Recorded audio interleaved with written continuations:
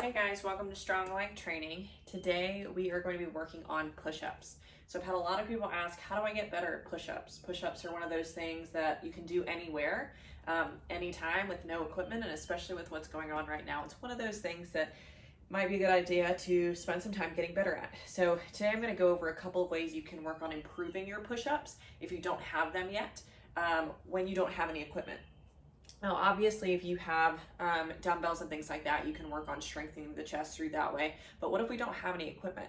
What are we going to do to get better at them? So today I'm going to go over a couple of different things you can do with adding some tension, lowering to your knees, or actually doing an increase of incline to work on a couple different variations. So let's get into it. All right, so first variation I'm going to show you today is an incline push-up. So an incline push-up essentially just means that our upper body is going to be higher than our lower body, or our hands are going to be higher than our feet. Most of us may not have a bench like you would traditionally see in a gym or a box, which I'm going to be using today, but you can use any elevated surface. Now, if you're really just getting started, using something as simple as a counter that is a little bit higher than normal, you think it may not get you any work, but it's still something that you can be using actually to improve that strength, right? We don't start running first, we start with walking, and then we generally increase our speed. Same thing goes with any strength exercises. We've got to start somewhere. With bodyweight exercises, it typically means that we're going to add some kind of element to help assist our weight. With push-ups, that means that we're going to cut some of our body weight out so we're not having to use as much of it. So with an elevated surface, we're able to do that. So again, shoulders and arms are going to be above the rest of my body.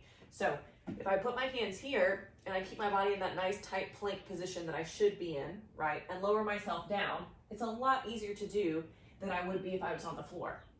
Big thing here for me to make sure that your form is right when you're doing it here, right? Because we do want to make sure our form is really good here before we try to translate to the floor, is keeping everything nice and tight. I tell people to think of a plank or a push-up like a plank. You're just in a push-up position. So if I was in a plank position, right, I'd be down on the floor. That's the top of our push-up. We should be nice and tight through the entire movement. So whether we're at the very bottom of it or the top, we should be in that tight movement pattern, even if it's a little bit easier because we're on an elevated surface.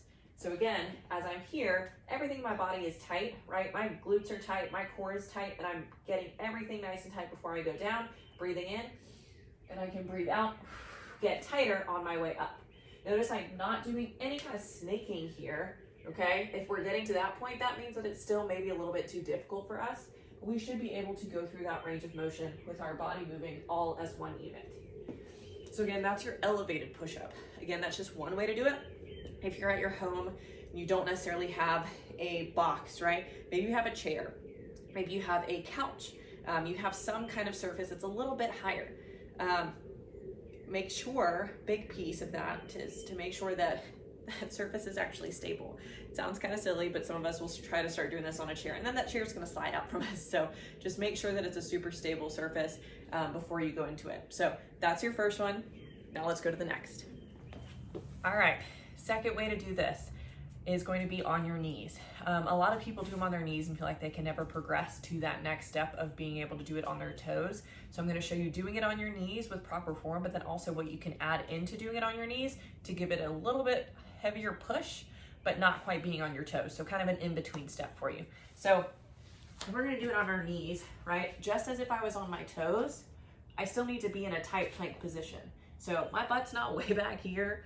Okay, I'm still in a nice tight position. So as soon as I put my toes down, I would still be in that nice tight, proper position, okay? So I drop the knees down, and same as before, everything needs to be nice and tight.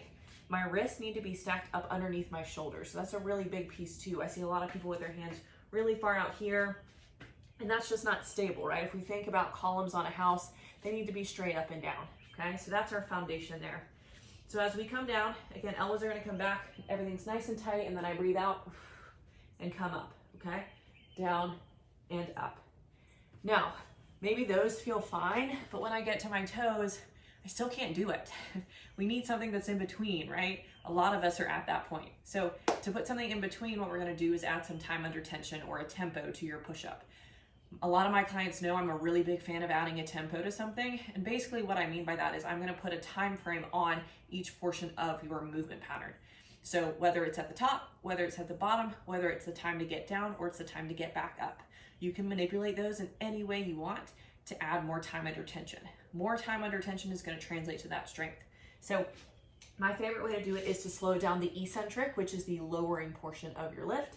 So as I go down, I'm going to slow it down so it takes a lot longer to get to the bottom, and I can even hold at the bottom as well before driving up. So those are two pieces, right? Lowering down being much slower, or pausing and holding in the bottom. Now you can also add it on the concentric or the raising up phase, but my favorites to go to are adding an eccentric and a pause.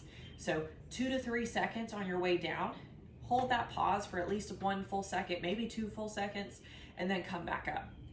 As you get better at that, add more reps or spend longer time under tension. So you can go for 5 seconds down, right? So maybe again, the toes are still not working, but I can go here and count 1, 2, 3, 4, 5, hold in the bottom, 1, 2, 3, and then drive up, right? So that's a lot harder than just your traditional push-up.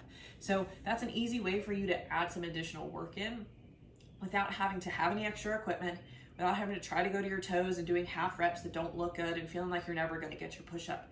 So those are my 2 favorite variations there. Now, what's another thing we can do? Let's go to it.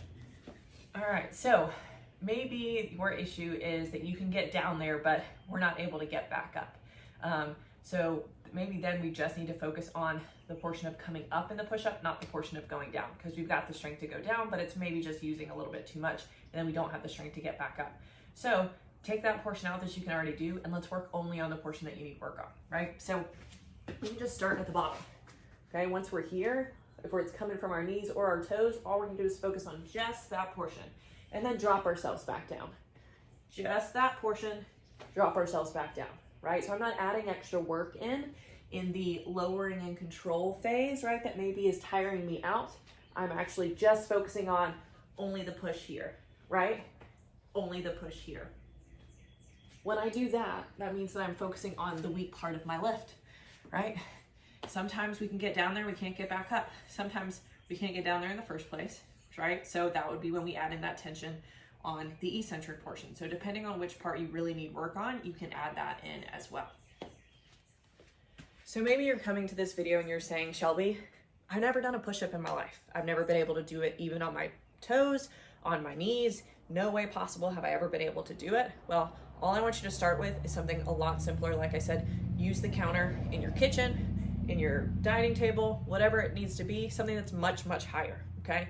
It may feel like it's not giving you a lot of work, but like I said, we can add in that tempo, add in the tension, and that will make it a little bit more difficult without getting you to the floor where you feel like you're gonna be defeated. So if I use a counter, same thing there. I'm still in that nice tight position, right? Everything is nice and aligned.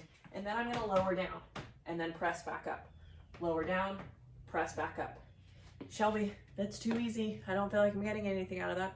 Like I said, now let's try it with the tension. So I'm gonna take a lot longer to get down, right? So I can count 1, 2, 3, 4, 5, hold there, and then press up, okay? We do something like that and we add a lot more time under tension for your muscles. So again, we're not using any weight, we're not using any equipment, and we're still gonna get better at push-ups. We're still putting our muscles under a little bit more tension than they were before, and hopefully we're getting a little bit better at push-ups. So try to incorporate some of these into your push-up work. Let me know how they go. Let me know if it helps you out, and hopefully this will help you get to your first push-up.